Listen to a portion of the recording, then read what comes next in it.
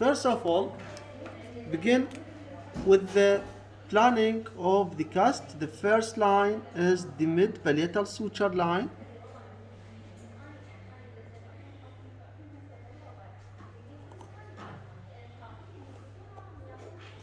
The second line, here we moving the canine. This is the midpoint of the canine, and write a perpendicular line from the canine to the mid-palatal suture. Okay, the position of the coil is opposite to the direction of the movement is distally, and the coil should be medially 2 mm from the perpendicular and 2 mm from the mid-palatal suture. From the coil we extend the active arm toward the contact point between the canine and the lateral incisor. The difference in the active arm of the canine, there is a bend here at the level of the cingulum, because the canine during the movement and because the position of the canine at the corner of the mouth may be during the distal movement will be moved out of line of occlusion in this direction. So to keep the direction of the canine within the line of occlusion, like this movement, we have to adding a small bend at the third of the active arm at the level of the cingulum. This bend, which is about 30 degrees, called a crank. The crank is a mediator bend to keeping the movement of the canine within the line of occlusion. This is the only difference. The other teeth, there is no crank in the bending, only in the canine.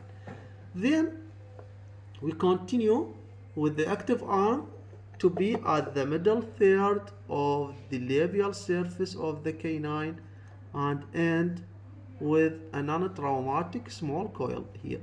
This is the small coil, non-traumatic. Okay. The retentive tag should be parallel to the mid-palatal suture at the position of the distal surface of the first premolar. Okay, this is the planning of the simple finger spring. Now, the wire that used for the finger spring is 0.6. Begin with the straightening of the wire.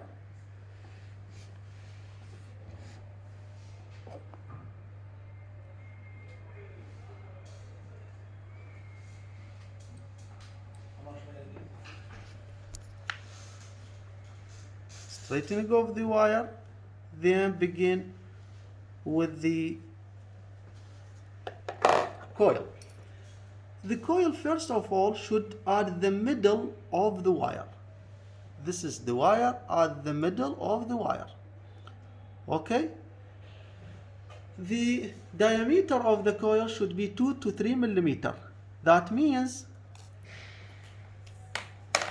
should be at the first third of the round beak. This is the position of the wire here. To take the 2 to 3 millimeter diameter, inner coil diameter. Now, at this part, at the middle of the wire, and now determine where is the active arm and where is the retentive tag. The right side is the active arm and the left side is the retentive tag. The round beak away from you, not toward you, should be away from you. Okay? Now, the wire should be perpendicular to the long axis. To make the coil here, Yes, here should be down to the active arm like this. Okay. Now here, this is your coil. This is your coil. Now, where is the active arm? The upward is the active arm, and the wire that is downward is the retentive tag. Now, make a right angle bend out the same. Sorry.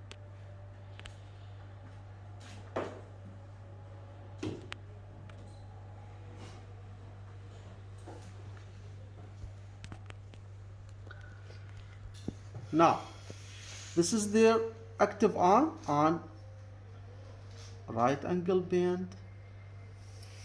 This is the retentive tag, and here is your coil. Okay, retentive tag, coil, active arm. Okay, like this.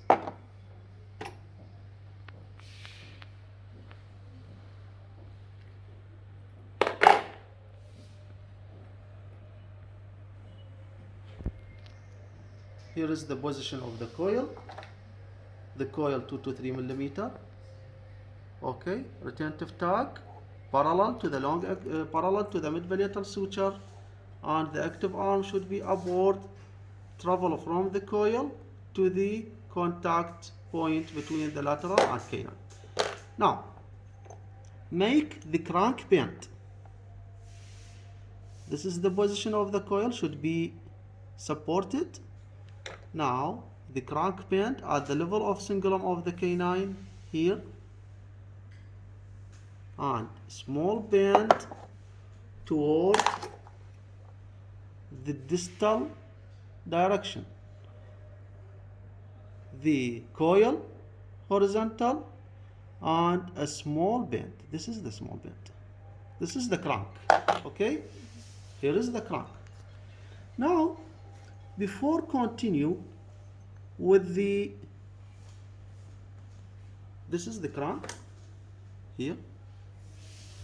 Before to continue with the C-clasp, we have to adapt the active arm to be on the palate here.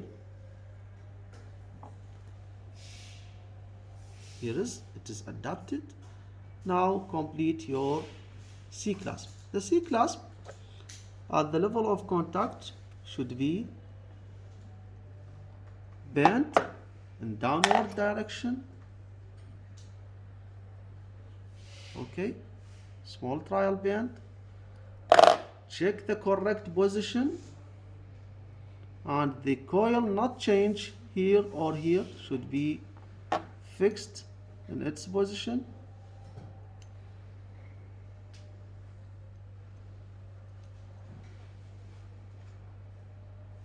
Okay, here the coil, it's okay, not change in its position. Now continue with the C-clasp. To make the C-clasp, holding the wire and make a small soft bend toward the round beak like this. This is the C-clasp. Okay. Now on the base of the round beak, you make this C-clasp. Okay. Now when check it on the cast, you find that the C-clasp is interfere with the cast. So bend up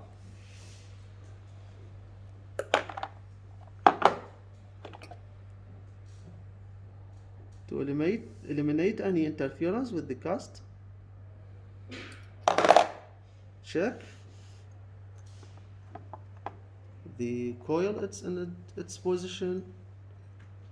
The crank, okay. Now you need to adapt the C-clasp to the labial surface.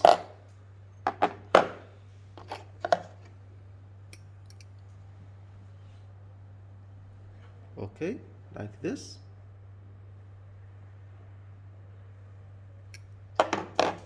Check the C, it's okay, near to its position. Now make the non-traumatic coil. The non-traumatic coil is here, and the coil should be went in upward or occlusally upward, like this, upward.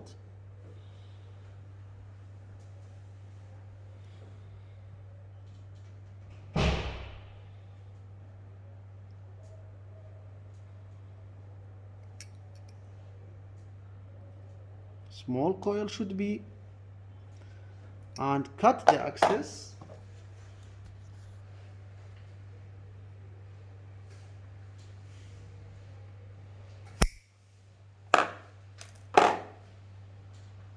And closing the coil.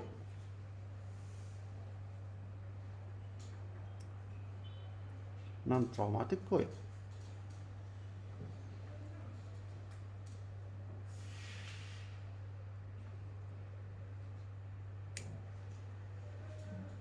Like this. This is the non-traumatic coil. Okay. Check it on the labial surface of the canine. Here is the extension of the non-traumatic coil, and now should be adapted to the labial surface. On this part, I grasp the wire by the plier and push it on the labial surface. Here, and I have to push and check the adaptation. Now it is adapted to the labial surface. Now, after completing the C-clasp, active arm, the coil, I make the zigzag. The zigzag should be begin from the coil directly by a right angle bend, then from inside the right angle bend I bend out, then the second out, and the third right angle out. Now here is my zigzag. Check it in coil and cast, sorry. Now begin the zigzag is away from the mid-palatal suture. I bend from the origin to be parallel to the mid-palatal suture.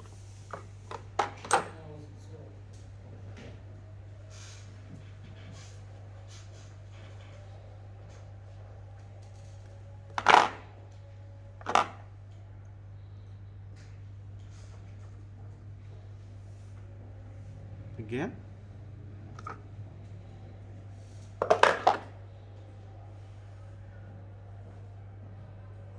Should be parallel to the mid-palatal suture. And now here is your finger spring. This part either cut or can be abort. Make it abort for the evaluation and for taking your degree. This is the finger spring. The finger spring, the coil, the active arm upward, zigzag parallel to the mid-palatal suture, and the C-clasp adapted to the middle third of the canine. Okay.